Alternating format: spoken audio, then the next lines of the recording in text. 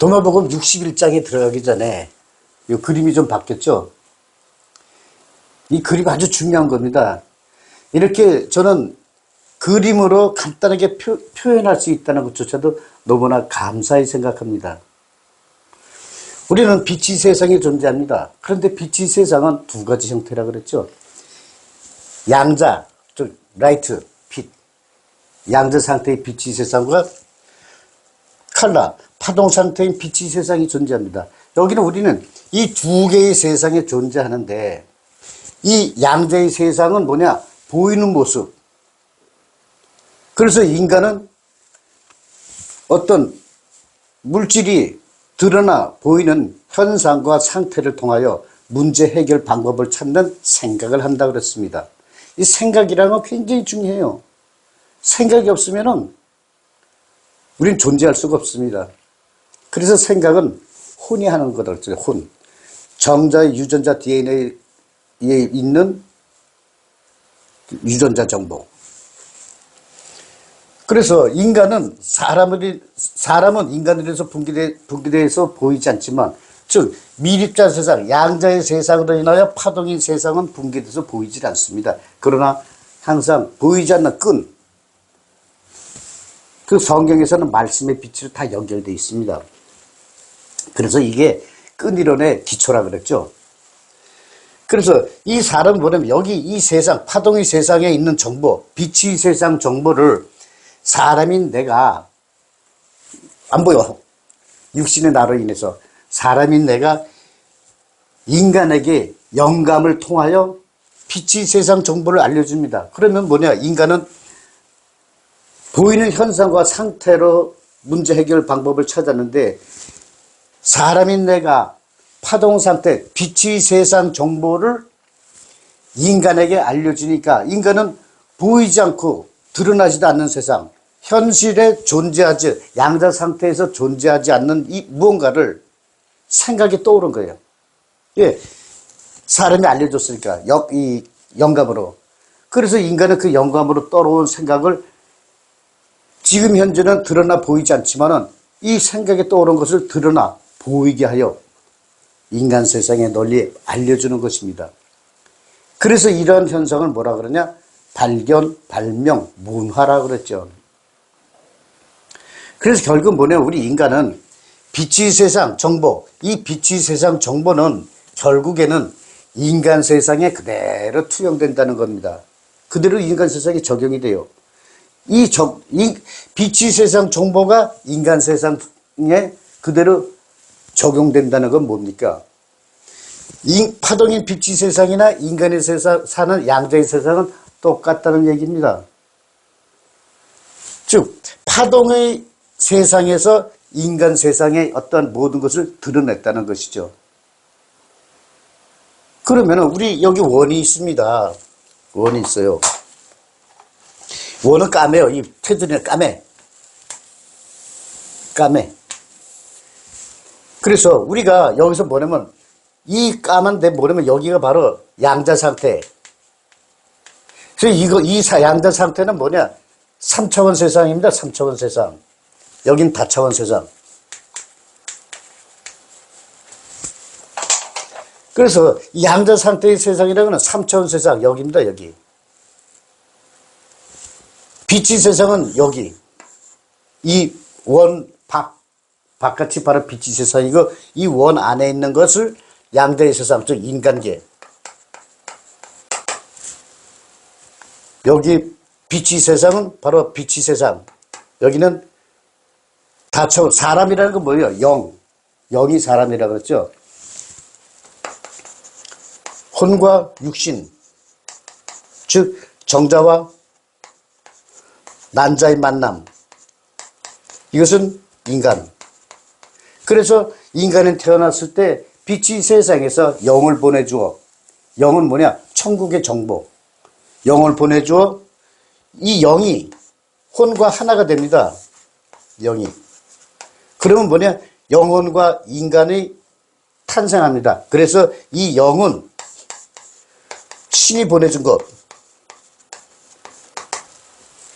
그래서 인간과 영혼과 육신이 딱 태어나는 순간 인간은 부모님이,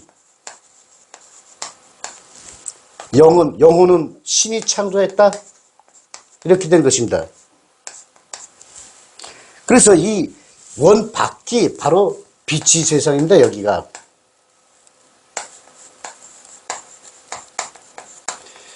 이 빛이 세상 정보가 인간 세상에 그대로 투영되는 거죠. 인간 세상과 빛이 세상은 똑같다는 얘기입니다. 똑같다는 얘기. 그래서 인간 세상은 천국이 복제된 것이다. 무엇으로 증명할 건데? 우리가 지금 사는 인간 세상에 사는 모든 영감으로 떠오르는 것은 영이 영감으로 떠올려서 인간이 물리적으로 드러나게 한 것이라 그랬죠. 그 중에서도 가장 중요한 것은 뭐냐?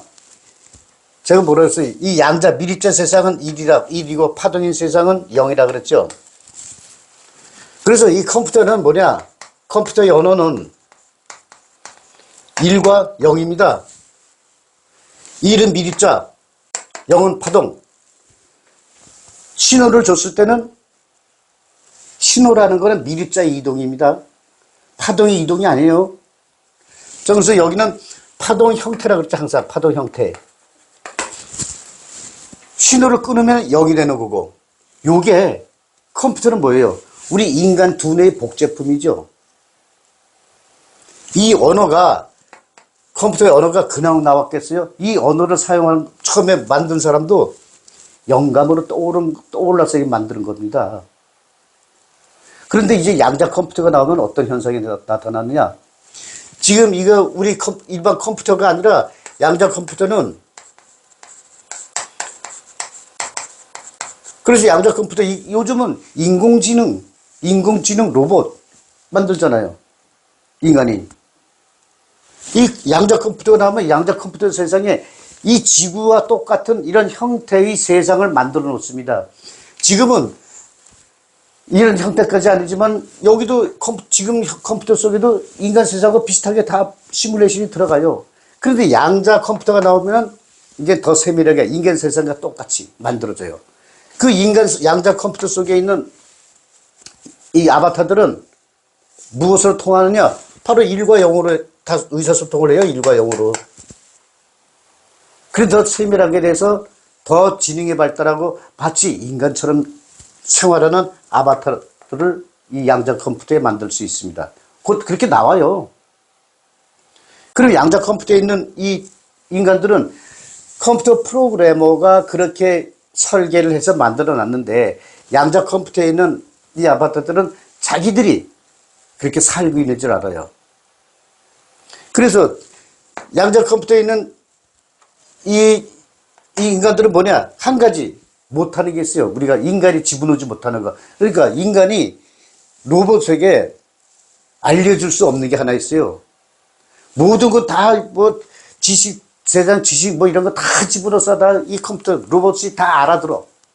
그리고 인간 대신 하고. 그래 다 못하는 게 뭐냐면 영감.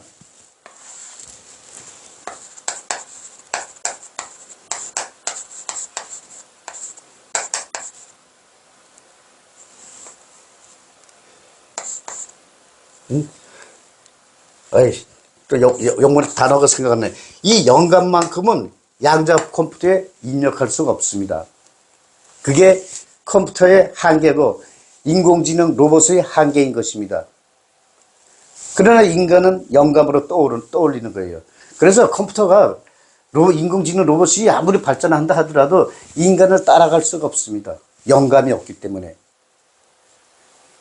우리 이러한 사실을 알아야 돼요. 그래서 빛이 세상, 여기는, 그리고 이 테두리, 여기 지금 여기서 이 경계선 굵게 했던 게 이 테두리가 뭐냐? 이것이 궁창이라고 그러는데, 궁창. 성경에서는 이것을. 하늘의 벽. 그래서 이 궁창이 까맣게 보이는 것입니다. 그래서 우리는 인간 세계에서 이걸 뭐라 그러냐? 우주 공간이 까만 이유, 이렇게 얘기하죠. 과학에서는. 그러나 차원의 벽에서는 뭐라고 얘기하냐면, 우주 공간이 까만 게 아니라 우주는 진공 상태의 투명한 공간이므로 우주 외벽, 우주 경계선, 빛이 세상과 인간계의 경계선이 궁창해 보이는 것이다. 그래서 성경에서 이걸 보고 뭐라 하냐, 궁창이라 그러는데, 성경에서 인간을 어떻게 분리하냐면, 하늘에 궁창이 있어서 궁창 위의 물과 궁창 아래 물로 나누었다 그래요. 그런데 이거를 물리적인 세상 이야기를 하는 사람들은 어떻게 알고 있느냐? 하늘에 물이 엄청나게 있었다 그러죠. 그 물이 왕창 쏟아져서 지구에 대홍수가 일어났다고. 에베레스트 산보다 높게 물이 차가지고. 근데 그 물이 다 어디 갔나? 뭐 땅속으로 들어갔다 그러는데, 이미 땅속에 다 물이 있었어요. 그래서 이 성경의 궁창 위의 물이란 천국 백성을 말합니다. 궁창 위의 물. 궁창 아래 물, 인간계. 그건 신의 백성, 우리 인간을 말하는 거고. 우리는 이러한 사실을 알고 마태복음에 다시 들어가요. 이걸 처음부터 이렇게 얘기하면은 혼동이 와요. 한 단계 한 단계 제가 업그레이드해서 말씀드리는 겁니다. 그래서 우리 인간계는 결국 뭐냐? 빛이 세상의 복제품입니다. 그래서 여기에서 인간을 완성해서 성령을 받게 해야지, 인간계에서 기쁨과 행복이 충만해야지 빛이 세상에 왔을 때는 죄악이 없는 겁니다. 항상 기쁨과 행복으로 살게 돼요. 그래서 이거 저희 제 4강에 보면 이게 자세히 또 설명되어 있습니다. 그래서 신이 인간을 지구에서 태어나게 한 목적이 뭐냐? 여기서 기쁨과 행복으로 이렇게 살다가 성령을 받아서 빛이 세상 정보를 더 알아라, 이게. 여기서 처음에 태어났을 때 빛이 세상 정보를 잘 몰라요. 그렇게 만들었으니까. 직접 바깥에서 궁창에서 이 인간을 만들면 이 대혼란이 일어나요, 천국에. 천국은 차원이 달라가지고요, 인간 세상처럼 요놈하고 붙잡을 수가 없어요. 마음 먹으면 휙휙휙 달아나는 것이, 그래서 다차원입니다, 천국은. 그래서 여기서 인간을 성령을 받아서 천국에서 사는 방법을 배우고, 천국에서 사는 방법을 배우려면 어떻게 해야 돼? 뇌세포를 깨워야 돼요, 잠자는 뇌세포를. 그게 바로 우리 신이 인간을 지구에 창조한 목적인 것입니다. 진화론을 주장하시는 분들, 제가 제 4강, 3강, 4강을 한번 보세요. 진화론은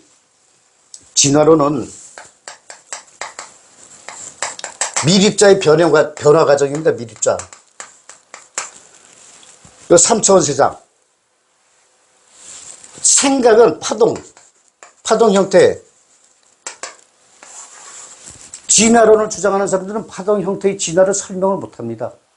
왜? 이거는 진화가 관계없어요. 진화가 안 돼요. 그리고 진화론은 뭐냐?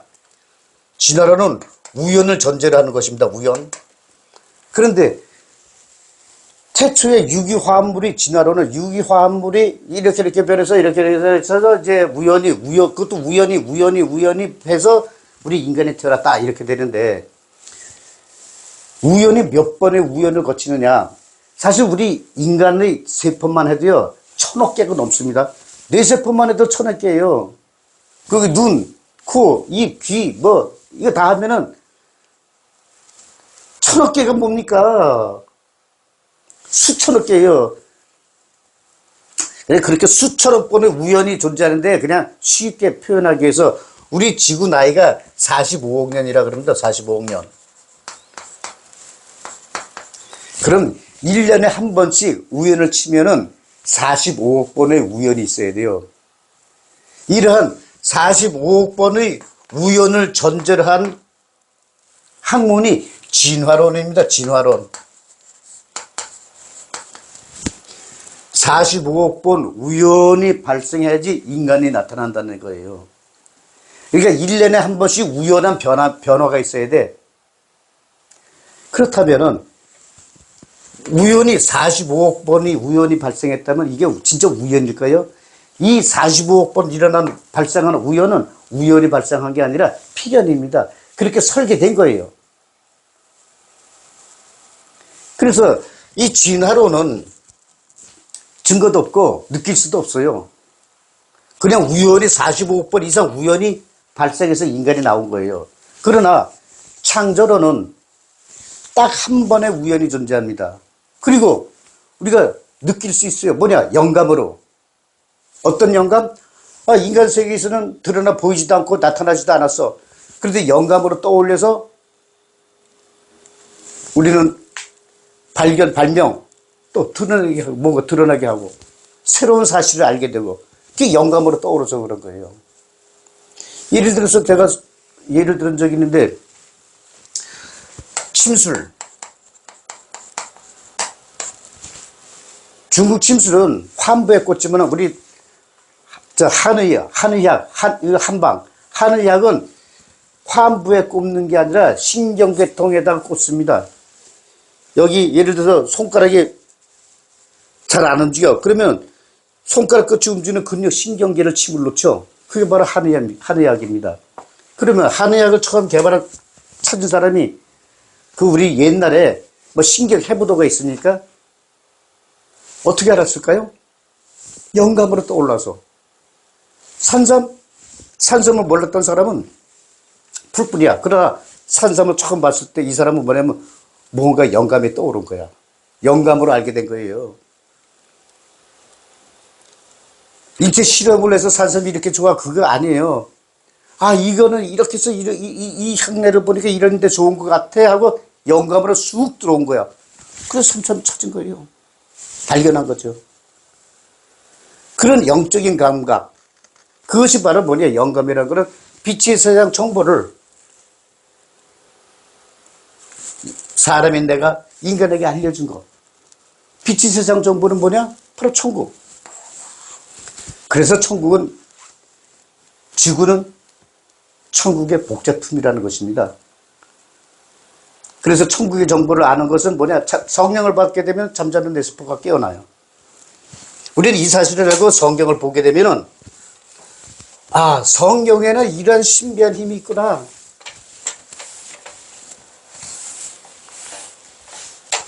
이것이 바로 뭐냐? 영감의 신비고 바로 성경의 비밀이고 성령은 우리 인간의 복구 시스템이고 영은 천국의 정보를 가지고 인간 세계에 온 것입니다. 인간을 천국 백성으로 만들기 위해서. 그것이 바로 설명하는 게 성경인 것입니다. 61장. 하나는 죽이고 하나는 살리는 둘이 잠자는 곳에서 함께 쉬고 있었다. 하나는 죽이고. 그러자 살로메가 예수께 묻기를 인간인 예수여 당신이 나를 찾아와 나의 식탁에서 양식을 먹고 내가 잠자는 곳에서 잠자던 당신은 도대체 어떤 인간입니까? 예수께서 말씀하셨다. 나는 완전하게 하나가 되신 내 아버지에게서 나온 인간이며 내 아버지께서 모든 걸 나에게 주셨다. 그러자 살로메가 그렇습니다. 나는 당신의 제자입니다. 그래서 예수께서는 그래요. 그러므로 너에게 알려주리니 너도 완전하게 하나가 된다면 빛으로 채워질 것이니 만일 나누어진다면 어둠으로 가득 차리라. 하나가 되면 빛으로 가득 채워진대요. 바로 이 제3의 빛, 파동 상태인 빛, 천국의 정보죠 결국은. 자 보세요. 하나는 죽이고 하나는 살린다 이게요. 하나는 죽이고 뭘 죽여요? 사람을 죽여요? 아니요. 영을 사망케 하는 것. 뭐예요? 모세율법이잖아요. 지금 이 사실도 뭐냐면 2000년 전에 예수가 모세율법 유대인에게 하는 얘기입니다. 그걸 이 시대 사람이 이 시대의 생각으로 이걸 해석하려고 들면은 어떻게 돼요? 성경의 말씀은 없어지고 지금 이 시대에 어떤 인간들의 철학이 담겨져요. 인간들의 도덕, 기준이 담겨지고 그래서 성경은 반드시 성경으로 해석해야 되고 2000년 전 예수께서 모세율법 유대인에게 말한다는 것을 잊지 말아주시기 바랍니다. 그 하나는 살린대요. 살리는 영은 뭐예요? 성령이잖아요. 그것은 뭐냐? 살리는 영은 예수. 둘이 잠자는 곳에서 함께 쉬고 있었다. 잠잔다는 건 뭐냐면 성령이 없어서 아직 예수께서 성령으로 재림하지 않으셨습니다. 예수께서 육신이 인간의 모습으로 다니고 계신 거예요. 성령을 알려주기 위해서. 성령을 알려주고 유대인들이 모세율법에서 벗어나 성령을 받게 하려고. 그래서 잠자는 곳에서 함께 쉬고 있었다. 모세율법과 성령율법에 함께 쉬고 있었다. 그래서 살로메가 예수께 묻기를, 이 인간인 예수여, 당신 나를 찾아와 나의 식당에서 양식을 먹고 내가 잠자는 곳에서 잠자는 당신은 어떤 인간입니까? 살로메도 예수의 12제자 말고 또 다른 제자들이 많이 있었어요. 근데 대표자가 12제자죠. 성령의 12사도. 이 12사도는 뭐냐? 예수께서 죽음 직전에 그 최후의 만찬이라는 그 식탁에 앉은 12제자, 그 12제자가 대표적인 겁니다. 예수께서 말씀하셨다. 나는 완전하게 하나가 되신 내 아버지께서 나온 인간이며 완전하게 하나가 되신 분, 성부, 성자, 성령. 그 완전하게 하나가 되신 분이 즉 빛이 세상 천국에 계신 말씀으로 계신 신께서 나를 지구에 보내줬고 내 아버지께서 모든 걸 나에게 주셨다. 모든 권한을 예수께 주신 거예요. 그래서 예수는 성령인 거죠. 그 성령의 말씀이 곧 신이고, 그래 예수는 성령으로 왔기 때문에 성령의 말씀의 빛, 말씀은 신은 말씀으로 존재해요. 그래서 이 말씀을 알려주기 위해서 성령이 오신 거고, 예수는 성령과 함께 동행하고, 그래서 예수 자체가 성부, 성자, 성령이 하나가 되신 분이에요.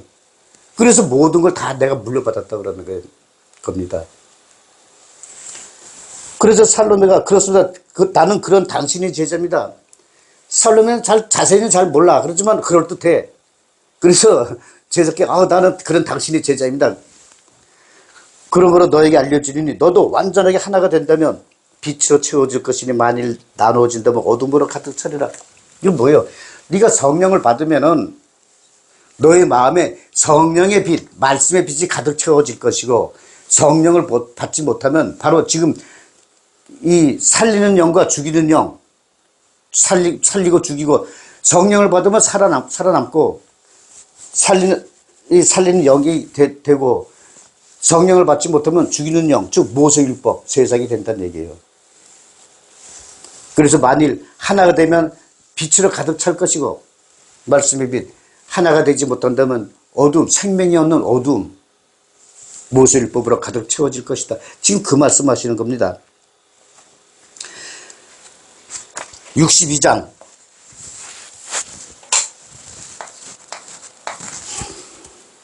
나의 비밀을 알아들을 자격이 있는 인간들에게 나의 비밀스러운 말이 열림으로 너희 오른손이 하는 일을 왼손이 알지 못하도록 해라.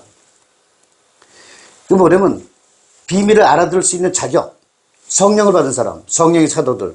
그래서 제자들에게 지금 너희가 성령을 받고 나면은 이렇게 하라고 지금 알려주시는 겁니다. 이거 뭐 신비한 철학이 있고 그런 거 아니에요. 평범한 얘기가, 야, 네가 성령을 받으면 넌 이렇게 해라. 그거예요. 그럼 어떻게 할까? 너희 오른손이 하는 일을 왼손이 알지 못하게 해라. 오른손은 뭐예요? 우리나라 속담에 바른 손, 바른 쪽. 성경은요, 우리나라 문화가 그대로 녹아 있습니다. 오른손은 바른 쪽. 즉, 마태복음에서 보면은 오른쪽에는 양을 두고 왼쪽에는 염소를 두고, 오른쪽에는 양을 보고 너희는 천국 백성이다. 그러므로 복을 받아라. 그 왼쪽에 있는 염소에게는 너희는 악하다. 그러므로 벌을 받는다. 그렇게 말씀하세요. 그 마태복음에 나와요. 그 오른쪽은 뭐냐? 천국 백성이에요. 왼쪽은 모세율법 세상, 모세율법 백성이고. 그게 뭐냐면 네가 이 비밀스러운 말이 열림으로 성령을 받으면 비밀스러운 천국의 비밀을 알게 되는데, 그 알게 되는 천국의 정보를 세상에 알릴 때 왼손이 모르게 하라. 그 왼손이 모르게 하라는 것은 모세율법이 모르게 하라 그러는 게 아니라, 왼손은 악한 거예요. 그리고 악한 건 뭐예요? 어떤 성령의 말씀을 전할 때 마치 네가 하는 것처럼 하지 말라는 얘기예요. 교만에 빠지지 말라. 저는 이제 성령을 받기 전에 이제 아마 치유의 은사, 예언의 은사, 방언의 은사, 무슨 얘는 성경을 보니까 지혜의 은사가 받은 거죠. 은사라는 은사는 다 체험했어요. 그래서 저는 첫 번째 어떤 은사를 받았냐면 예언의 은사. 즉 사람을 보면은 맞아. 예언의 은사예요. 사람을 보면 저 사람 어떤 일이 날 텐데 미리 아는 거예요. 그래서 전 뭐예요? 어떻게 했냐? 아버지, 왜 나한테 이런 걸 보여주십니까? 전 그거였어요. 이걸로 뭐 부흥에 가서 이렇게 그 능력을 드러내고, 나 그런 거 싫어하는 게 아니라 그럴 생각 자체가 없고, 왜 성령께서는 나에게 이런 모습을 보여줄까? 그래서 물어봤어요. 왜 나에게 이런 걸, 남의 예언을 하게 하는 거를 보여주십니까? 그리고 나서 이제 치유 은사를 받았어요. 반신불구된 사람. 근데 치유 은사를 받았는데, 그건 내가 능력을 행사하는 게 아니라, 지금 다 마찬가지예요. 뭐 교회에서 이렇게, 이런 사람 날짜다 하면 막 낫고 막 그런다는데, 그건요, 성령께서 얘기를 해주세요. 성령께서. 저는 딱 그 사람 찝어서 얘기하니까, 제가 어디 교회에서 여러 사람 뭐 부흥회 활동하고 아니니까, 다 났어요.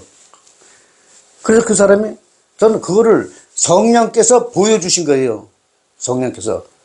어떤 사람은 임파선 여기 막 뜯어. 그 임파선 이쪽에 잘못된 사람. 어떤 사람은 여기 내장, 여기 막 뜯어버려. 잘못된 거를. 그거 치유해 주신 거예요. 그 얘기해주면, 넌 낫네, 그러고. 어떤 사람은 복숭아뼈가 62세 먹은 사람 발에 이렇게, 다리가 이렇게 있으면은 여기 복숭아뼈가 있어요. 뼈가 이렇게 쫙 갈라졌어. 62세 먹은 사람이. 이 뼈가 붙이려면요, 한참 걸립니다. 그런데 생각에 떠오르기를 만져줘라 이래요. 안수해라 그지. 그래서 이거 손만 대면 막 아파서 이 사람 절절대요. 그러니까 안수가 이제 말이 금방 나아지실 겁니다. 이제 이렇게 말씀드리고 그랬더니 통증이 갑자기 사라졌네 그러는 거예요. 그리고 완치 뼈가 다 마주쳐서 굳는 데까지 전 이 사람의 그 병원 소견서 병원 진료서 있죠. 이게 지금부터 한 20몇 년 전 일이죠. 이게 그 진료 그 기록부가 찾아보면 어디 있을 거예요. 28일 만에 정상근무했어요. 정상근무. 28일 만에. 그래서 제가 그랬어요. 또 물었죠. 성령님, 도대체 나한테 왜 이걸 보여주십니까? 왜? 보여주신 이유가 뭐예요? 그래서 한편으로는 이런 게 있으니까 부흥에 쫓아다니면서 막 능력 행사하시는 분들 있죠? 그거 하고 싶었어요. 근데 아니야. 나한테 이런 능력을 보여주시는 이유가 있을 거야. 그래서 왜? 그랬더니 결국 마태복음을 읽어봐라. 그리고 좀 쉬어라. 회사 그만두고. 그래서 제가 회사 쉬운 5살에 55살에 그때 이제 대기업 그 과장이었는데 그만뒀어요. 그래 난리 나서 주변에서 직책이 그때 이제 괜찮은 직책이에요. 그래서 그만두고 1년 동안 그 말씀대로 마태복음을 딱 펼치는 순간 예수와 제자들이 이 행동을 하게 나타나는 거예요. 그래서 글씨를 쓰기 시작했죠. 하여튼 그래서 근데 왜 이 능력은 내가 있는 능력이 아니라 성령께서 보여주시는 겁니다. 그거를 보여주시는 거. 그거를 자기는 입으로만 선포한 거예요. 내가 입으로 선포하는 걸 그 사람이 믿고 받아들이면 그 사람은 그대로 이루어져요. 그런데 그거를 부정하게 되면 그걸 안 이루어져요. 그런 게 있습니다. 그런데 사람들은 자기 능력인 것처럼. 바로 그 말을 지적하시는 거예요. 너희 오른손에 하는 일을 왼손이 알지 못하도록 해라. 어떤 교만에 빠지지 말라. 성령께서 너를 통하여 어떤 일을 하실 때는 성령 말씀의 힘, 성령의 힘, 성령의 지혜, 성령의 은혜, 이거를 널리 알리라는 것이지, 그거를 통해서 네 자신을 드러나게 하는 순간 너는 틀렸어. 그 말씀하시는 거예요. 63장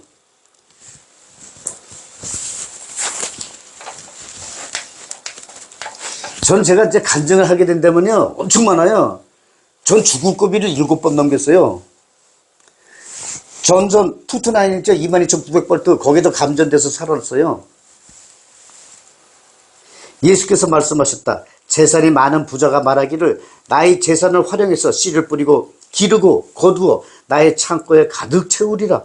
그러면 나는 아무런 부족함 없이 얻게 되리라. 그의 가슴 속에 이런 생각을 품었다. 하지만 바로 그날 밤에 그는 죽었다. 누구든지 귀 있는 인간들은 들어라. 재산이 이거 별거 아니에요. 이 내용은 재산이 아무리 많으면 뭐해. 성령을 받아서 천국을 갈 수 있어야지. 그리고 재산이 많으면 뭐해. 언제 죽을지 몰라. 저는 특별한 게 뭐냐면 제가 5년 전에 6년 전이구나. 6년 전에 저는 한 달에 한 번씩 무조건 병원에 가요. 그냥 진료받는 거야. 그러다가 3년 동안 그 개인 병원에 다녔는데 가만히 보니까 내가 진료를 안 받은 게 뭘까 하고 해도 도대체 모르겠어요. 그러다 문득 어느 날 이제 일을 하고 있는데 문득 생각에 떠오르기를 너 뇌검사 안 했잖아. 그 이제 사람인 내가 인간이 나에게 알려준 거예요. 영감으로. 아 그렇구나. 가봐야지. 병원에 바로 갔어요. 병원에 바로 가서 MRI 다 찍었죠. 그랬더니 이 꽈리가 혈관 뇌에 꽈리가 생기는데 그게 터지기 일보 직전이었어. 그래서 바로 그 병원에서 이거 받고 검사 나오는 즉시 바로 실려갔어요. 터지기 일보 직전이다고. 그 하면서 뭐냐 목에 후두암이 발견돼서 또 그런데 일단 이 머리에 있는 이 뇌혈관의 꽈리를 먼저 치료를 해야 되니까 이 치료하고 나서 3년 동안 약을 먹는 게 피가 안 멈추게 하는 약을 먹어요. 그러니까 후두암을 손을 못 댔어.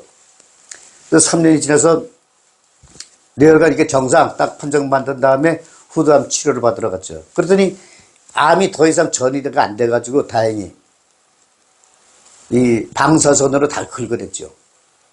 이게 뭐냐면은 제가 이 말씀 왜 드리면 정상인 사람이 갑자기 MRI 그 이제 70만 원 들어가요. 근데 이게 딱 병이 나타나면은 보험 적용이 되고 안 나타나면 보험 적용이 안 돼. 그렇지만 그냥 아낌없이 그냥 진료해 주세요 하고 한 거예요. 내 영은 인간인 내가 잘못되면 제일 손해보는 게 영이에요. 왜냐면 인간이 잘못되면 영은 성장해서 천국 가야 되는데 성장이 멈춰. 그런 게 있어요. 그래서 말하기 이건 다른 거 없어요. 너 성령도 받지 못하고 그래 죽어버리면은 성령을 받았으면은 영이 활발했으면은 이 사람인 내가 먼저 알려줬을 거야. 전 제가 이런 뭐 이상한 기적 이야기 이렇게 할 때는 다 제가 체험한 겁니다. 다 체험한 걸 얘기하는 거예요. 내가 직접 체험하지 못하면서 뭐 아는 척해. 안 되지 그러면은. 이 사람도 뭐냐면 자기가 돈 많으면 뭐해. 아니 기쁘고 행복하고 오래 살아야죠. 성령을 받고. 그러면 성령께서 별의별 거 다 가르쳐줘요. 다 컨닝해줘. 이 영한테.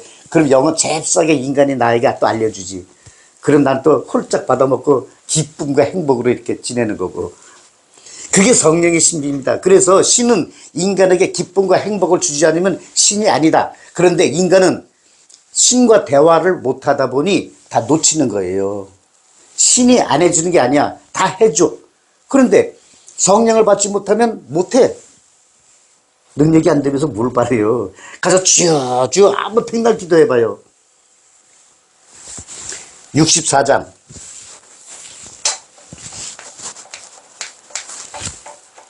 어떤 주인이 아주 소중한 유대인을 초대하기 위하여 저녁 만찬을 준비하고 자신의 하인을 보내어 소중한 유대인을 불러오게 했다.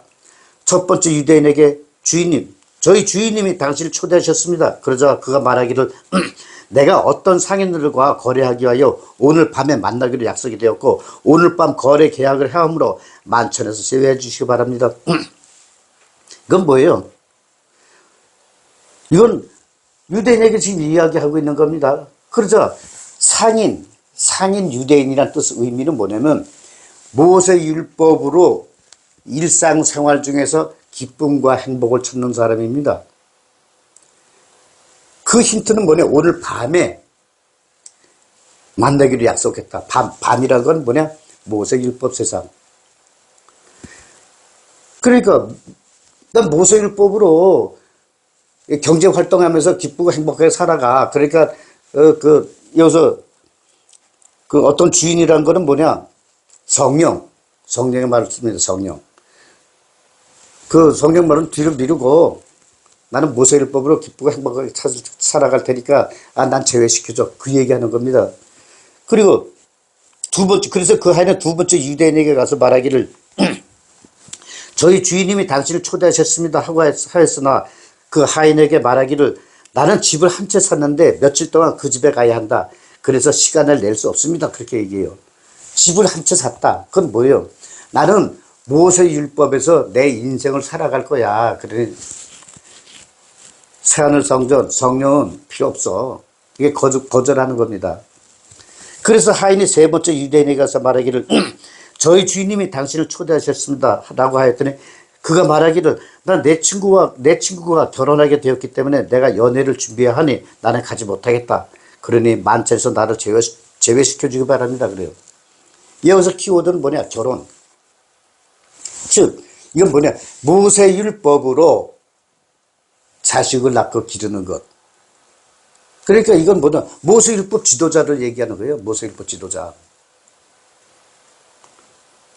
그러니까 모세율법으로 난 자식을 낳고 길러야 되기 때문에 난 성령으로 갈 수 없어. 그걸 거절하는 겁니다. 그래서 이 하인은 네 번째 유대인에게 가서 말하기를 내 주인님께서 당신을 초대하셨습니다 라고 말씀드리자 그가 종에게 말하기를 나는 농장을 하나 샀는데 그 소장료를 받으러 가야 한다. 그러므로 부디 나를 제외해 주기 바란다 그랬어요. 소장료를 받으러 가야 된다. 그건 뭐냐면 모세율법 제물을 거둬들여야 된다는 거예요. 이게 모세율법으로 제사를 지내는 사람. 그러니 나는 성령율법, 성령은 필요 없어. 가시오 그러는 거예요. 그래서 하인이 돌아와 주인에게 말씀드렸어요. 주인님, 저녁 만찬에 초대하신 유대인들이 모두 못 온다고 합니다. 일반 백성들은 모세율법에서 장사하고 이래서 먹고 살아야 되고 어떤 이는 모세율법으로 자기를 기쁘고 행복하니까 성령율법 필요 없어. 그리고 모세율법으로 어떤 이 지도자 교육시키는 거죠. 결혼이라는 거는 교육시켜서 자식을 낳아야 되니까 모세율법으로 모세율법을 가르치는 지도자들은 나는 모세율법의 지도자야. 그러니까 안 가. 그러고 그 다음에 소장료 받으러 가는 사람은 나는 모세율법의 제물을 이렇게 취해야 돼. 그 제사장. 그래 나는 성령율법을 필요 없어. 이렇게 거절한 겁니다. 그러니까 주인은 뭐라 그래요? 하인에게 너는 거리로 나가서 내가 길에서 만나는 이 인간들을 모두 데리고 나가 만찬에 들게 하라. 장사꾼과 주인계들은 내 아버지 집에 들어가지 못할 것이다. 네, 그 말인데. 그래서 이러한 유대인들은 천국에 못 온다는 얘기예요. 그리고 하인들에게 거리로 나가서 길에 지나가는 사람들 모두를 데려와라 그러시는 거예요. 뭐냐면 성령을 받은 사람은 그래서 지난 시간에 예수께서 뭐냐면 그 양을 비유할 때 너희는 나 같은 너희는 너희는 양과 같이 되지 말라. 왜? 예수는 제자 양성하기 위해서 했지만은 성령을 받은 성령의 사도는 이제 성령 말씀을 전해야 돼. 제자 양성 끝났고. 바로 그 말씀 하시는 겁니다, 이게. 길 가는 사람들 모두 다에게 성령 말씀을 전해라. 복잡한 거 없어. 이건 쉬운 거예요, 그냥. 그래서 우리는 성령 말씀을 전하는 게, 성령을 받고 성령 말씀을 전하는 게 저의 의미입니다. 저는 그것으로 기쁨과 행복을 느끼는 거예요. 제가 알고 있는 이 정보, 이거는 여기 오신 분들은 성령을 받고 자기 전문 분야에서 일을 하면서 차원의벽에서 알게 된 어떤 정보를 현실 세상에 드러나게 하는 것입니다. 여러분들은 그 일만 하면 돼요. 또 저하고 함께 특별히 성령 세례를 받은 후 이렇게 말씀을 전하는 일, 어떤 집필 활동하실 분, 왜냐면 이 성경 해설집을 할 게 많아요. 성경이 한두 권이에요. 이걸 또 각 전 세계 언어로 다 번역 작업을 해야죠. 할 게 많습니다. 65장. 이 성경이 재밌어요. 알면은. 모르면은 답답해. 이게 무슨 말이야, 이거. 이런 된장, 이런 소리까지 막 나올 정도로. 그래서 이 성경을 해석하는 사람들은 뭐라 그럴 줄 알아요? 성경은 휴지조각이다 그래요. 모르니까 이거 대책이 없어요. 의로운 한 인간이 포도원을 만들고 농부에게 빌려주어 일하게 하였다. 그래서 열매를 수확하면 소출을 받기로 했다. 의로운 인간 한 사람이 포도원을 만들고, 제가 노아를 얘기했죠. 노아가 포도 농사를 처음 시작했어요. 노아가 이스라엘을 선택한 겁니다.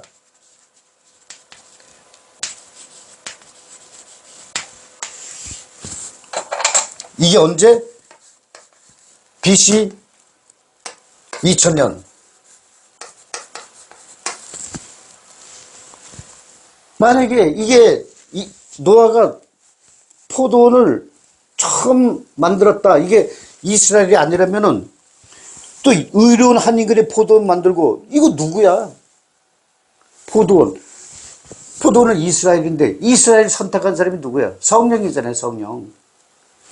우리가 하나님이라 그러는데 신은 지구에 안 와. 못 와. 신은 지구에 못 와요. 올 수가 없어요. 그래서 성령을 보내신 거예요. 농부에게 빌려주어 일하게 하여 열매 수확하면 소출을 받게 했다.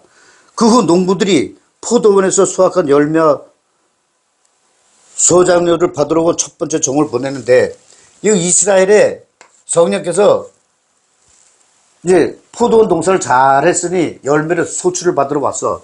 그 소출은 뭐냐면, 소출을 받으러 왔다는 건 뭐냐면, 이스라엘이 성령과 동행하면서 신의 백성을 양성하는 게 소작료예요. 포도 농사값 받으러 온 게 아니야. 성경은 그거예요. 성경은 이스라엘이 노아의 성령의 선택을 받았으니 뭘 받았어요? 십계명을 받은 거예요. 십계명. 모세가. 이스라엘이 첫 번째 신과 대화한 게 뭐예요? 십계명이잖아요. 십계명의 언약을 맺잖아요.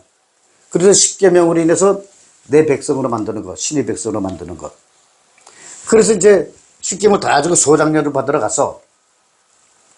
갔더니 어떻게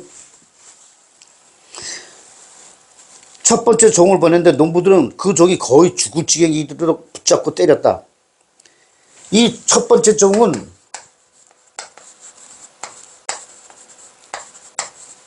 종업대 죽도록 때렸어요.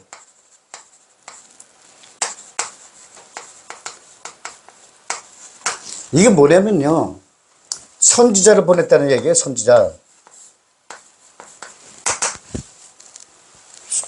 그 신의 백성으로 양성해서 천국 백성을 만들어야 되는데 이 모세의 뜻 때문에 못 만들고 있었어요. 그래서 신께서 선지자를 보냈어요. 근데 죽도 때렸어요. 저 이사야서 선지자 많잖아요. 그 다음에 두 번째, 이게 뭐냐면, 구약 시대 때 선지자예요, 구약 시대 때 선지를 보냈어요, 선지자를. 그래, 신약 시대 때 선지자를 또 보냈어. 두 번째 신약 시대 때. 선지자를 보냈더니, 저들은 두 번째 종을 보냈는데 농부들이 역시 하인도 때렸다. 두 번째 종. 죽도록 또 때렸어요. 누구냐? 이게 세례자 요한이에요.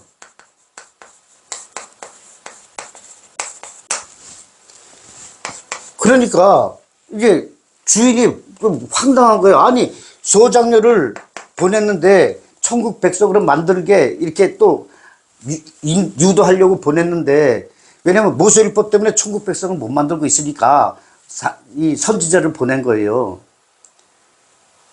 구약시대 때 선지자, 신약시대 때 두 번째 종 세례자 요한을 보냈는데, 이 유대인들이 모세율법에 갇혀가지고 모세율법의 종이 되어 말을 안 듣는 거예요.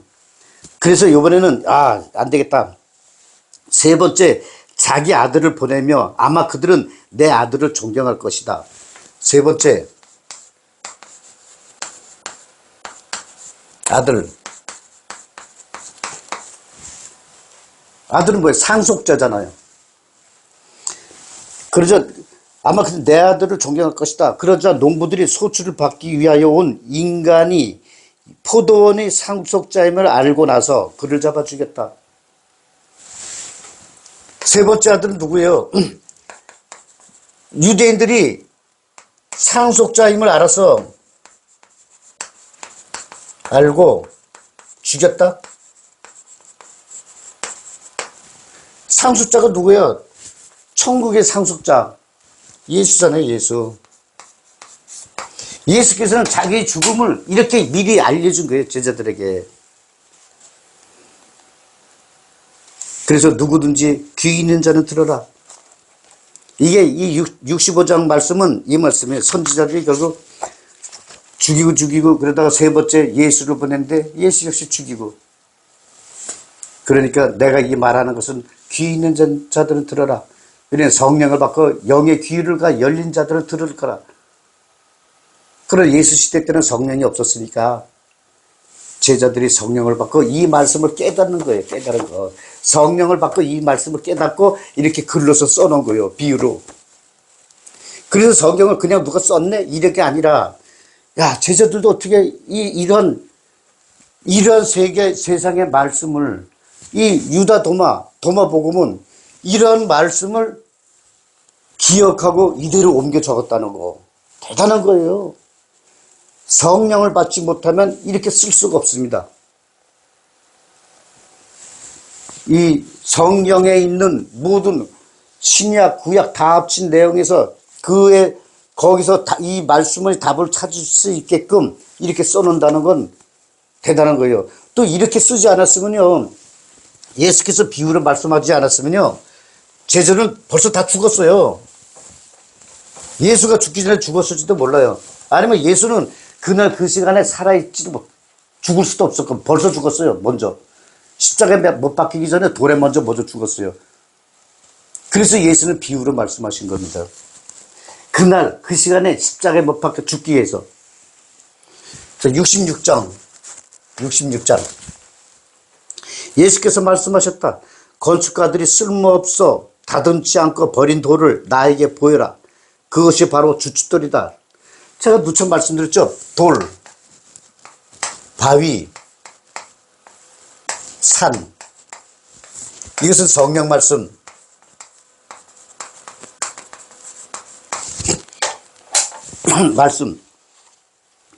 그래서 건축가들이 쓸모없이 버린 돌을 나에게 보여라. 그것이 바로 주춧돌이다. 이 모세율법 건축자, 모세율법 지도자들은 돌을 깎아서 건물을 지어야지 성전이에요.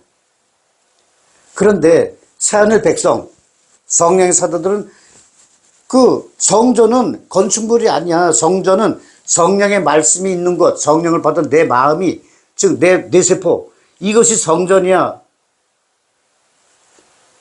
그리고 이 성전이 내 어머니야. 이렇게 말씀하시는 거고. 그 성전은 건축물에 있는 게 아니에요. 성령께서는 내 마음에, 나의 마음에 와서 나와 함께 내 마음에 안식하고 계시는 거지요. 그런데 모세율법은 뭐냐? 모세율법 건축물에 있다. 건축물이 바로 성전이다. 왜 성전이냐? 이 유대인들은 모세율법은 거기에 성전에 신이 있다고 그러는 게 아니에요. 거기에 십계명을 가두어 놓은 언약궤가 있기 때문에 성전이라고 그런 겁니다.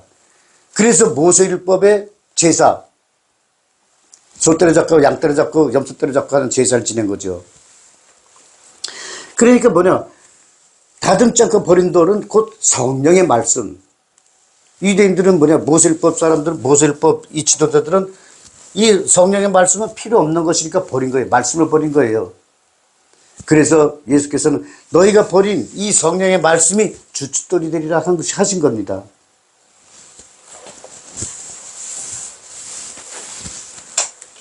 (67장)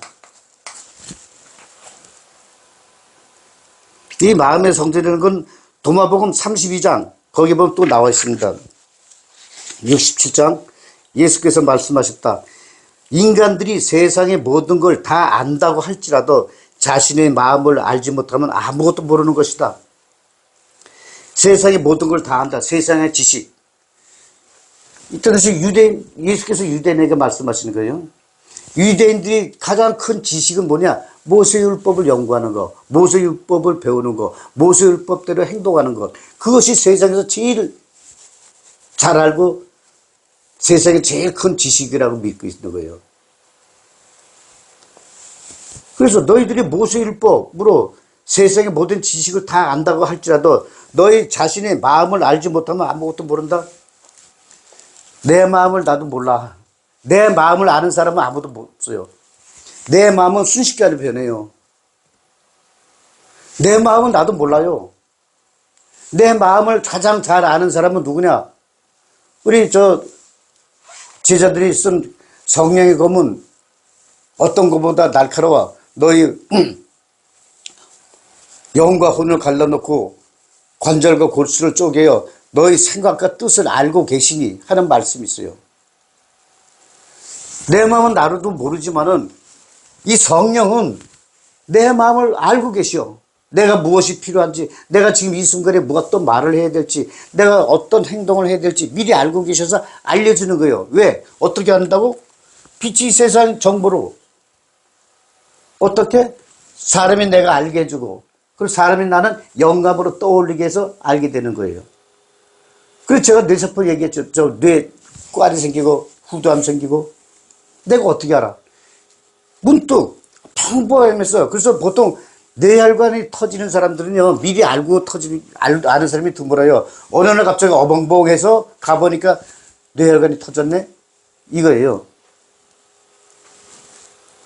그래서 이 성령께서는 나를 이미 내 마음까지 알고 계신 거예요. 내 생각까지 알고 계세요. 그러니까 제가 뭐 하려고 그러면 성령께서 머릿속 딱, 야, 너 그거 하지 마. 이렇게 알려주시고. 그래서 내 마음을 알지 못하면, 즉, 이건 뭐냐? 성령을 받지 않으면 너희가 세상을 다 안다 할지라도 아무것도 모르는 것이다 하는 말씀입니다. 68장 자신의 마음에서 고통받는 인간은 신의 은총을 받으리니 그들은 자신의 마음에서 고통이 없는 것을 찾을 것이다. 이거 도마복음 58장과 비슷한 말씀이죠. 도마복음 58장에 고난받는 인간은 복이 있다. 근데 여기서는 고통받는 인간은 신의 축복받는데, 예수 이름으로 예수 때문에 고난받는 사람은 복이 있는데, 이번에는 마음에서 고통을 받는다 그랬어요. 마음에서 고통받는다. 고통. 이건 무엇일까? 고통을 받으면 신의 은총이 있으리니 그들은 자신의 마음에서 고통이 없는 것을 찾을 것이다. 이건 뭐냐면요. 성령을 받기 전에, 이것은 성령을 받기 전에는 몰랐어. 그런데 성령을 받고 나니까, 아, 내가 그때 모세율법을 받고 있었네. 그렇지만 이 모세율법 유대인들이 성령을 받으려고 할 때, 그때는 마음에 내적 갈등이 무지하게 심합니다. 모세율법 보고 나면 돌에 맞아 죽는데, 이거 어떻게 성령을 받아? 예수 시대 때, 이 사도 시대 때, 사도들을 그렇게 죽이려고 이 제사장들이 불을 켜고 있는데, 이 사도들의 교회에 가서 성령 세례 받는다는 거는 엄청난 고통을 감수를 해야 돼요. 그러니까 고통을 받는 거 마음에서 이런 고통, 즉 이 말씀은 뭐냐면 마음에서 고통받는다는 것은 뭐냐? 성령께서 모세율법을 공격하고 있는 거야.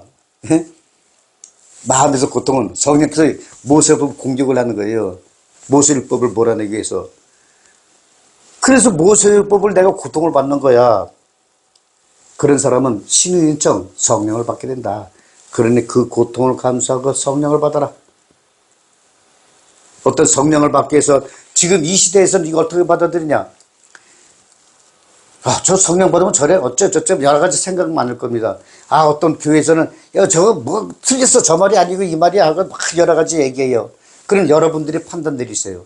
이것이 인간의 말이냐, 성경에 있는 말이냐?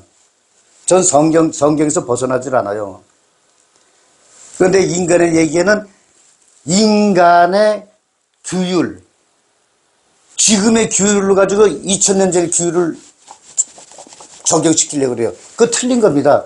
2000년 전에는 지금의 알던 상식, 지금 지키고 있는 이런 생활관이 없어요. 존재하지 않습니다. 2000년 전에는요, 예수 시대 때 유대 나라는 이 독립전쟁과 그 다음에 가축 농사 이런 거에 서 남자가 귀했어요. 여성분은 하나의 재산을 취급했습니다. 2000년 전에는. 그런 사실을 알고, 그리고 일부 일처제? 그거 없어요. 남자가 능력이 되면 일부 다처제. 왜냐하면 여자분들이요, 남자는 자꾸 죽어 낚아져 빠지니까 여자들 혼자 살기가 너무 힘들어. 그런 시대인데 지금 이 시대에서 지금 시각, 지금의 잣대를 대고 2000년 전에 예수 시대를 이거를 이렇게 판단해? 그건 당치도 않는 말이에요. 기후도, 지금 우리가 살고 있는 기후도 2000년 전 그때 기후와 지금의 기후는 달랐습니다. 똑같지는 않았어요. 그걸 아시고 성경을 해석을 해야 된다. 또 성경은 누가 문의를 해도 이런 사실, 2000년 전의 생활 습관, 2000년 전의 기후, 2000년 전에 유대인들이 속한 그 나라의 이 실상을 알고 얘기를 해줘야 되는 거예요. 그런데 이 시대에 해가지고 또 뭐 중국 사상을 도입해가지고 안 돼요, 그러면은, 예? 이렇게 마음에서 고통받는 사람은 신의 은총을 받는다. 그 모세율법을, 이 성령 세례를 받으려고 그러는데 이제 갈등이 많이 심하는 거예요. 그러니까 지금 잣대로 이 시대를 또 막 해가지고, 그러니까 저 차원의 벽은 어떨 거야? 네. 그런 의심하는 거예요. 그럴 땐 뭐냐, 여러분들은 또 갈등을 느끼게 되죠. 바로 갈등을 느낄 때, 그때가 바로 고통입니다, 고통. 그것이 마음에서 고통, 받을까 말까. 그럴 때는 여러분들에게 신의 은총이 있을 겁니다. 자신의 마음에서 고통이 없는 것을 찾을 것입니다. 그 고통받을 때 성령을 다시 한번 생각하면 뭐냐, 고통이 없는 것을 찾을 수 있다 이거예요. 성령을 받게 된다는 얘기죠. 69장. 여기서 또 마음속에서, 이거는 68장에서 마음에서 고통받는 인간, 69장에서는 마음속에서 박해받는 인간들은 복이 있으리니, 이번에 또 마음속에서 박해받는다. 그들은 진실로 그 아버지를 알게 될 것이다. 굶주림으로 고통받는 인간들은 복이 있다. 그들의 배는 원하는 것으로 채워질 것이다. 마음속에서 박해. 이것도 마찬가지예요. 성령율법이 모세율법을 박해요. 그러니까 복이 있어. 왜? 성령을 알고 성령께로 간다는 마음을 굳혔으니까 모세율법을 알고 있는 내 마음이 고통받는 거예요. 그 성령율법이 성령께서 모세율법을 박해하고 있다는 거. 그들은 진실로 아버지를 알게 될 것이다. 왜? 이제 성령을 받으려고 이 성령께서 모세율법을 빌어내니까 진정한 아버지를 볼 것이다. 성부 아버지. 성령 받은 나의 모습이 바로 아버지 모습이에요. 제가 이 말씀 드렸잖아요. 제가 빛의 형상. 빛은 어떤 형상이 있느냐? 형상이 있다 없다 막 충돌하는데 형상이 있어요. 빛의 형상. 빛의 형상은 어떠냐? 지금 내가 딱 나타나니까 나의 모습. 이것이 빛의 형상인 것입니다. 이것이 바로 아버지의 형상이요. 여기 제가 없고 지금 이 유튜브 방송 보시는 분들 빛의 형상에서는 당신들 모습이 바로 하나님 모습인 거예요. 빛은 어떤 특별한 형상이 없어요. 나타나는 순간 어떤 물질이 드러나는 순간 그것이 바로 빛의 형상입니다. 그래서 불교에서는 공이라 그래요. 공. 있는데 없어. 없는데 있어. 공. 그리고 굶주림으로 고통받는 인간들은 복이 있다. 그들의 배는 원하는 것으로 채워질 것이다. 굶주림은 뭐예요? 굶주림. 그러니까 이 양자 세상 물질 문명의 세상으로 굶주리는 것은 음식이 없어서 못 먹는 거야. 그런데 빛의 세상에서의 굶주림은 뭐예요? 성령 말씀이 없는 것. 이것이 굶주림이에요. 그래서 성령 말씀이 있게 되면 너희 배는 원하는 것으로 가득 채워질 것이다. 배는 뭐예요? 이 성경에서 배라는 거는 음식이 채워지는 곳. 즉, 육신으로 말하면은, 인간의 이야기라고 하면 음식이 채워지는 곳. 빛이 세상에서 말씀으로는 말씀이 채워지는 곳. 그래서 예수께서는 뭐냐면, 내 배에서 나오는 생수를 마셔라 그랬잖아요.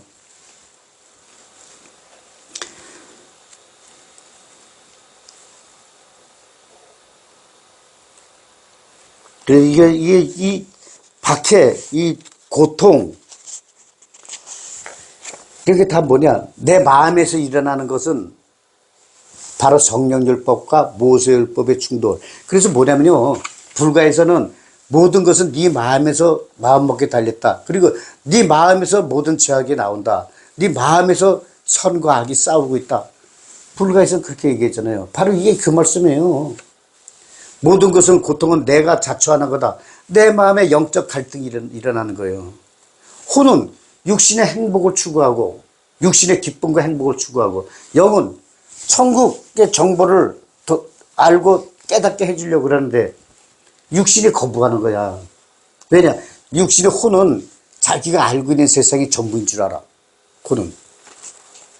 그러니까 새로운 게 나타나면 일단 거부하고 봐. 그래서 이런 현상이 뭐가 나타나면요. 우리 인간 사회에서는 어떤 사회적인 높은 위치, 나이 많거나 나이 많은 사람, 주로 2층이 거부를 많이 해요. 그러나 젊은 사람, 탐구력이 강하기 때문에. 그래서 제가 찬양할 때 젊은 학생들, 대학생들 찬양할 때, 학생들 찬양할 때, 젊은이들 찬양할 때, 이 사람들은 성령의 감화, 감동을 받아가지고 자기도 모르게 울고 막 그런다 그랬잖아요. 젊은 층이 이런 데 민감한 것입니다. 저도 이걸 말씀을 전하다 보면요, 나이 많은 사람들은요, 진짜 씨알도 안 먹혀요. 멍하니 봐. 그래서 이제는 생각을 바꿔서 어떻게든 유튜브 방송 빨리 끝내고 젊은 층을 향해서 이제는 이 말씀을 전달하려고 합니다.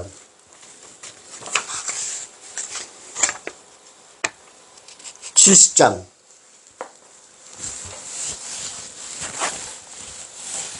이 젊음이라는 건요, 우리 인간들이 나이 먹으면은 내 나이에 하는데, 미안하지만은 성경은 어린아이처럼 되라 그래요. 성령 앞에서는요, 인간의 나이는 조족지월에 불과해. 근데 성령 앞에서 내 나이에 내 위치가, 하늘에 계신 아버지는요, 내 아버지는요 돈이 무지하게 많아요. 그래서 내가 원하는 거 다 줘. 여기 지구에서는 안 주고 천국에 오면은 원하는 대로 다 줘. 70장. 만일 너희가 너희 안에 그것이 열매 맺게 하면 너희가 가진 그것이 너희를 구할 것이다. 만일 너희가 너희 안에 있는 그것을 가지지 못하면 너희가 가지지 못한 그것이 너희를 죽일 것이다. 이제는 이게 금방 감이 오시죠? 원래 제 강의 듣지 않았을 때는 이게 무슨 말인지 잘 몰랐을 거예요. 그러나 만일 너희 안에 그것이 열매 맺게 하면 너희가 가진 그것이 너희를 구할 것이다. 내 안에 누구요? 성령. 응? 성령의 열매를 맺게 하면은 성령께서 나를 구할 것이다. 구한다. 구원이다. 그건 천국행 티켓 따는 거예요. 나를 구하는데 또 내가 육신이 살아있는 동안 어떻게 구해줘? 더 천국 지식을, 천국, 잠자는 내 세포를 더 깨워서 더 천국에 대한 정보를 더 많이 알게 해줘. 그럼 나는 그것을 이 세상에 육신을 살면서 더 많은 것을 세상에 알리게 되는 거예요. 그래, 난 더 많은 기쁨과 행복이 충만해져. 이 얘기예요. 그럼 그것이 열매 맺는다. 열매는 뭐예요? 열매는 내가 가지고 있어서 나 혼자 이렇게 먹는 게 아니라 그건 혼자 욕심내는 거고, 알려야죠. 알려야지. 이것이 천국의 열매를 맺는 거예요. 내가 알고 있는 성령을 다른 사람이 성령을 받을 수 있게 알리는 것. 성령 세례를 베풀고. 이것이 천국의 열매를 맺게 하는 것입니다. 이러면 나는 더 기쁨과 행복하게 살아갈 수 있는 것이고. 그러나 만일 너희 안에 그것을 가지지 못하면, 내 안에 있는 성령과 하나가 되지 못하면, 너희가 가지지 못한 그것이 성령과 하나가 되지 못하면 성령께서 너희를 죽일 것이다. 나를 목숨을 끊고 그런 게 아니라 내 영이 천국에 오지 못하게 한다는 얘기예요. 아니, 천국에 성령과 동행하지 않으면 천국에 결코 갈 수가 없습니다. 우리 이런 사실을 알아야 돼요. 천국이란 뭐냐? 인간이 여기 있어요. 이 궁창을 지나가야 돼요. 그래서 인간이 죽으면은 예수의 죽음의 타임라인 7, 하나, 둘, 셋, 넷, 다섯, 여섯, 일곱. 예수는 육신이 죽은 후 제3일 되는 날 부활하셨어요. 그리고 40일간 성령으로 제자들과 함께 있으며 제자 교육을 완성했어요. 완성. 이게 뭐냐면요, 예수께서는 죽으신 지 48시간 지난 후, 즉 제3일날 성령으로 부활하셔가지고 40일간 제자들 교육을 완성시킨 거예요. 육신이 죽으면 이렇게 보인다? 이렇게 생활한다? 이거를. 그리고 42일째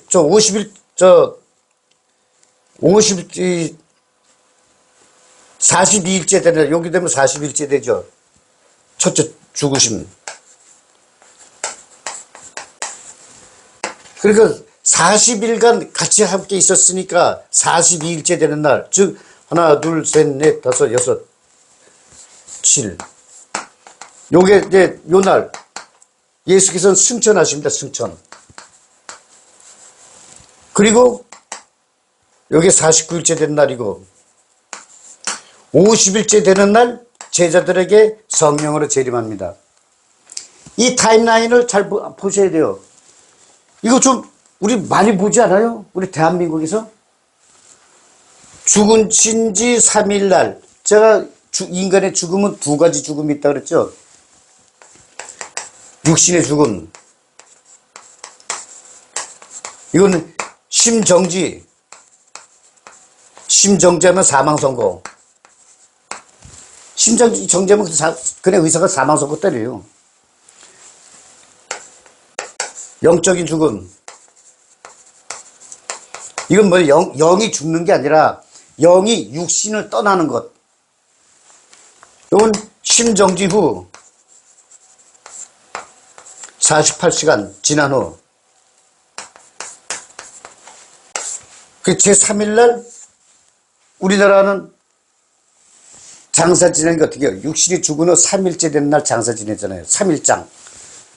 예수 부활하는 날 3일장 지나는 거예요. 그리고 49제 지내지 우리나라. 보세요. 7 하나 둘 셋 넷 하나 둘 셋 넷 다섯 여섯 일곱 49일. 왜 49제 지나냐면 50일째 되는 날 예수께서 제자들에게 재림하였듯이 우리 인간이 죽으면은 50일째 47 그러니까 42일째 되는 날, 그러니까 43일째 되는 날 궁창에 들어갑니다. 이날 궁창. 요 때는 예수께서는 성령으로 제자들 교육을 완성시켰지만은 우리 인간의 죽은 후 육신을 떠난 영혼이 하지 못했던 일을 해야 될 일, 이것을 이때까지 완성을 해야 돼요. 이때까지 완성 못하면은 원을 하나님이 맺히면은 43번 방, 즉 궁창에 들어가지 못하고 귀신이 됩니다. 이게 원 안에 안 맺히면은 궁창에 들어가서 성령을 받으면 천국으로 갈 것이고, 성령을 모독하면은 성령을 받고 성령을 모독하면 지옥 갈 것이며, 성령을 받지 않는 사람들은 육신으로 있을 때 행한 사회법, 선악의 사회법, 선을 많이 한 자는 환상을 할 때 어떻게 좋게 환상하고, 악을 많이 한 사람은, 이 악한 분량이 많은 사람은 좀 안전 환경으로 태어나는 것입니다. 그래서 불가에서는 전생에 뭐였길래 너 그렇게 개고생하냐? 또 잘 사는 사람 보면 전생에 덕을 많이 베풀어서 잘 산다 그러잖아요. 이 49제 이것을 지내는 민족은 우리 대한민국밖에 없어요. 성경은요, 이게 예수의 행적입니다. 예수의 행적. 이렇듯 우리 이 성경은 엄청난 비밀이 있어요. 이게 성경. 그래서 성경의 역사를 보면 이거는 이스라엘 신의 역사가 아니라 대한민족의 역사서라는 것을 알게 됩니다. 그래서 저는 이 그리스도인들에게 이거를 가지고 있어요. 지금도 공표를 못하고. 우리는 성경을 읽으실 때는 뭐냐. 그래서 성경에 어떤 내용이 있으면 그 내용을 절대 인간 3차원적인 세상 이야기를 받다가는 큰일 납니다. 성경에는 이렇게 신비한 내용이 많습니다. 제가 예수의 죽음의 타임라인 지금 말씀드린 것은 뭐냐. 이것을 알아야 육신의 죽음을 알기 때문에. 처음부터 제가 이 많은 걸, 이런 그림, 이걸 알려줬으면 막 여러모로 혼돈이 와요. 그러나 제가 순차적으로 알려드리는 겁니다. 그래서 이 궁창이 바로 요 43번 방이다. 43일째 이 궁창에 진입해서 여기서 천국이든 지옥이든 환생이 결정되는 것이죠. 그래서 이 43번 방을 못 들어가는 영혼은 바로 귀신이 되는 것입니다. 귀신이 되면 어떻게 돼? 이 죽은 자, 그래서 귀신이 죽은 자예요. 이 죽은 자를 처리하는 사람이 누구냐? 처리하는 신의 대행자. 그것이 바로 무당입니다. 그리고 애초에 귀신도 안 되고 이 바로 천국을 갈 수 있게 이끌어주는 사람이 성령의 사도고, 바로 우리 차원의 벽이 그 살아있는 사람의 영을 천국에 갈 수 있도록 성령을 받을 수 있도록 이렇게 해주는 겁니다. 성령 세례 베푸는 것. 이 타임라인 보시고 여러분 느껴지지 않으세요? 이런 건 또 처음 보시잖아요. 이런 그래프를 처음 보는 거예요. 여러분 앞으로 이제 저희 이 차원의 벽 강의를 들으시게 되면 여러모로 깜짝깜짝 놀랄 만한 사실들을 알게 되실 겁니다. 예를 들어서 아담 노아 나이, 지금 노아 나이 950살, 950년. 사람이 왕 120년. 아담 나이 930년. 성경에 이 나이가 딱 정확히 써져 있어요. 그 BC 2000년부터 BC 1년까지. 요때가 예수 6살. 왜 예수가 6살이냐? 왜 이때 아담이 죽었냐? 예수가 6살까지만 해도 유아기였어요. 근데 예수가 7살 때부터 성령의 능력을 발휘합니다. 예수가. 그래서 아담이 예수가 6살 때 죽었다 그러는 겁니다. 그래서 이러한 제가 가끔부터 이렇게 연대기 이런 거 써놓은 건 우리가 성경을 배우고 성경을 알고 성경을 이해하는데 굉장히 중요한 내용입니다. 이게. 이 도표도 지금 처음 보실 거예요. 차원의 벽은 여러분이 알지 못하는 바로 이 빛의 세상, 이 빛의 세상을 연구하는 것입니다. 이 궁창 바깥에 있는 빛의 세상, 천국. 인간의 모든 과학과 인간의 모든 철학과 인간의 모든 이 사상들은 이 물질 문명의 양자의 세상에 있지만은 우리 차원의 벽은 바로 이 빛의 세상. 이 양자 상태가 꽃에서 이 꽃이 양자에 있는 미립자와 반응을 해서 미립자와 반응해서 물리적 화학적 반응을 일으키고 파동만 반사해서 우리가 이 파동의 빛을 관측한다. 이거 자체도 우리 차원의 벽에서 최초로 밝힌 거예요. 이것이 바로 뭐냐? 바로 양자역학의 가장 기본되는 것입니다. 양자역학을 가장 잘 설명할 수 있는 그림은 이것뿐이 없습니다. 이거죠. 이렇게 우리 차원의 벽은 빛이 세상을 연구하는 것입니다. 어느 분이시든지 망설이지 마시고 연락 주십시오. 저희 강의 밑에 하단 댓글란에 연락하는 방법이 다 있습니다. 거기 제 휴대폰 번호까지 입력되어 있어요. 카톡으로 친구 등록해 주세요. 그리고 차원의 벽하고 인사 찍어주시면 제가 다 알아보겠습니다. 그 전화번호는 수신 전용입니다. 차원의 벽 전용. 전 그 전화는 안 받습니다. 가끔가다 카톡 오는 거라 확인하지. 그래서 우리는 성경을 볼 때는 반드시 성경은 성경으로 해석해야 된다는 것 잊지 마시고, 오늘 이 시간 여러분께 유익이 되셨다면 구독, 좋아요